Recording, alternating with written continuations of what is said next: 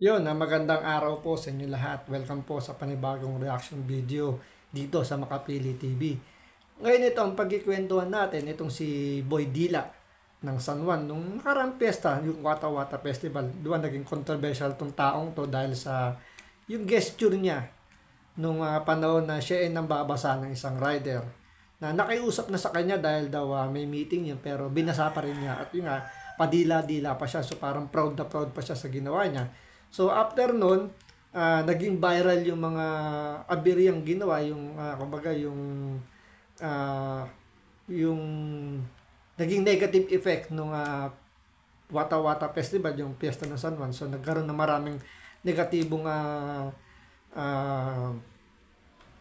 negatibong reaksyon dun sa nangyari dahil nga binabasa nila yung lahat ng dumadaan sa San Juan kahit na ayaw.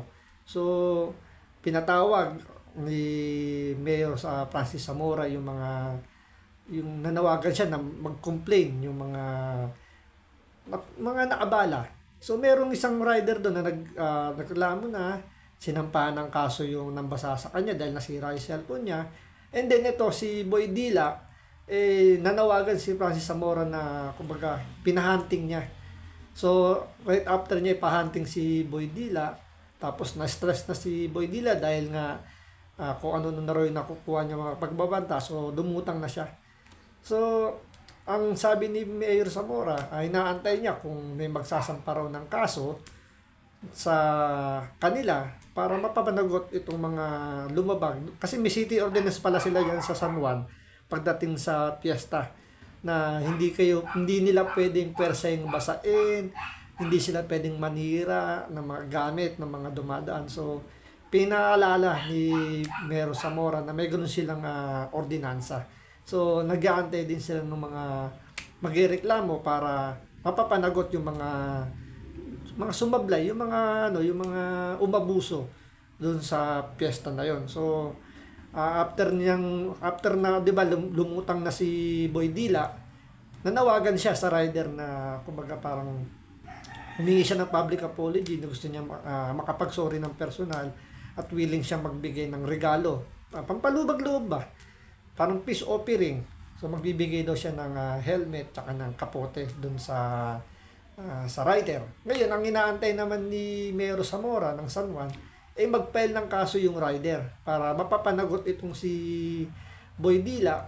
Dahil kung wala nga namang magpa-file ng kaso, wala sila nakikitang violation na ginawa si Boy Dila.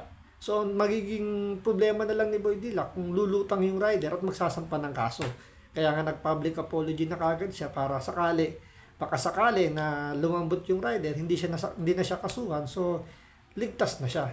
Pero ito nga, nagkaharap na raw itong rider tsaka si Boy Dila. So, siguro napanood na ng rider yung panawagan ni Boy Dila tsaka ni Mayor Francis Zamora. So, lumutang na rin siya para harapin itong si Boy Dila.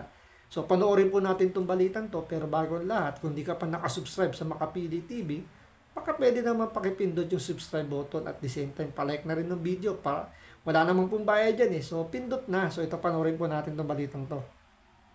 Nagkaharap na sina Lexter Castro alias Boy Dila at ang rider na kanyang tinira ng water gun sa kasagsagan ng Wata Wata Festival sa San Juan City noong June 24. Kahapon, personal na nagtungo sa San Juan City Hall ang rider.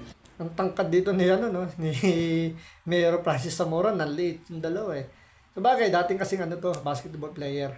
So, kasabayan to nila I think, pero hindi ko sigurado, pero alam ko player to ng basketball, naglalaro to before. So, napakatangkad pala ni Mayor Francis Zamora. So, yun. Tuloy natin to. Kung saan humingi ng paumanhin si Lexter sa kanyang nagawa at niregaluhan ang rider ng helmet at kapote. Tinanggap naman ni Manong Rider ang paumanhin ni Lexter at pinatawad na ito sa kanyang nagawa. Ayon kay Mayor Francis Zamora, naway magsilbi itong halimbawa na mahalaga ang pagbibigay ng respeto sa kapwa at huwag gumawa ng anumang bagay na maaaring makasakit sa ating kapwa, mapapisikal o emosyonal man. So yun, since nga humarap na yung rider at pinatawad na, nagkapatawan na yung dalawa, so ligtas na si Boy Dila sa kaso. Ano mang kaso. na pwedeng isampa sa kanya dahil nga sabi nga ni Mayor Zamora base sa kanilang ordinansa, kung walang magsasampa ng reklamo at wala naman nasirang gamit itong rider at hindi na, kahit may nasirang gamit doon, kung di naman nagreklamo yung itong rider, lusot na to si Boy Dila. Pero yung nga lang, malaking ano rito, malaking aral para sa kanya na kumbaga hindi lang siguro sa kanya, sa lahat na dapat may respeto sa lahat ng kapwa natin. Kasi yung time na yun parang naging entitled masyado yung mga taga San Juan na kapag dumaan ka ng San Juan ng June 24, wala ka na magagawa, mababasa at mababasa ka whether you like it or not. Kahit against pa sa will mo na mabasa, babasain ka nila. So yun yung maging aral ngayon sa mga taga San Juan na piliin lang nila yung mga babasain nila kapag gusto. Kasi marami dyan, tulad dyan sa mga jeep, karamihan dyan papasok ng trabaho, hindi naman niya makikipiesta, tapos babasain nila. Diba, isipin nyo lang, hindi sila nakapasok sa trabaho, nabawasan pa yung sweldo nila, napagalitan pa sila ng boss nila, napagalitan pa ng kumpanya nila. Diba, kung magkasakit pa yung mga yan, siyempre bibiyahe pa uwi yan, ng basang-basa. Andyan pa yung kahihiyan na bababa sila ng jeep na basang-basa. Pagtatawanan pa yan na binasa sila sa San Juan. So, di ba, sobrang abala yung ginawa nila. Siguro, ang dapat na gawin dyan ng San Juan, yung mga suggestion nga nila dyan na huwag nang padaanin yung mga jeep kapag dating ng piyesta, doon sa Aurora Boulevard mismo, di ba, i-divert nila sa ibang lugar na huwag dumaan ng San Juan para maiwasan yung ganyang aberya, or ipagbawal nila yung pambabasa dyan sa Aurora Boulevard. Magkaroon na sila ng designated area na doon lang magbabasaan. Halimbawa, sa mga ski-skitan nila, okay lang yan. Pero sa mga major main road na ganyan, Aurora Boulevard, mga ganyan, sa Domingo, sa may papuntang Kalentong, ano bang street yun, nakalimutan ko na. Basta doon, sa may malapit sa Agora, papuntang Kalentong, ipagbawal nila kasi dyan dumadaan kasi yung mga jeep, mga tricycle na mga pumapasok sa trabaho. Siyempre, kung babasain mo nga naman yung mga yan, di ba, laking abala. Buti sana kung yung iba alam na ganyan yung sitwasyon, nakakapagbaon ng mga damit, paano yung mga hindi alam na first timer or nakalimutan. Meron pa nga akong nabasa na babae yun na dapat may final interview siya nung time na yon, nung araw na yon, may final interview siya. So dahil nabasa siya, hindi siya nakapunta dun sa final interview niya, nabasa lahat ng dokumentong hawak niya, nasira. Kasi ang mangyayari yata nun, parang papuntang abroad, single mother yon. So papunta siyang abroad, so final interview na. So hindi siya naka-attend kasi nga basang-basa siya. So, di ba yung opportunity na sayang dahil dun sa mga walang respetong nambasa sa kanya. Na habang binabasa raw siya, pinagtatawanan pa siya kahit na nakikiusap na siya na huwag siyang basain dahil meron siyang pupuntang final interview. So, yung stress niya nung araw na yun, talagang abot-abot hanggang langit. Tapos, after na mangyari yung insidente na yun, yung mga nakasabayan niya, nung mga time na nasa initial interview, mga exam na yun, yung mga kasabay niya sa final interview, lahat sila nakausad na. So parang nasa next step na, papuntang abroad na sila. Siya naiwan dahil nga hindi siya nakarating. So, di ba sayang yung oportunidad niya na makatulong na siya sa pamilya niya dahil nga makakapag-abroad siya, matulungan niya yung anak niya.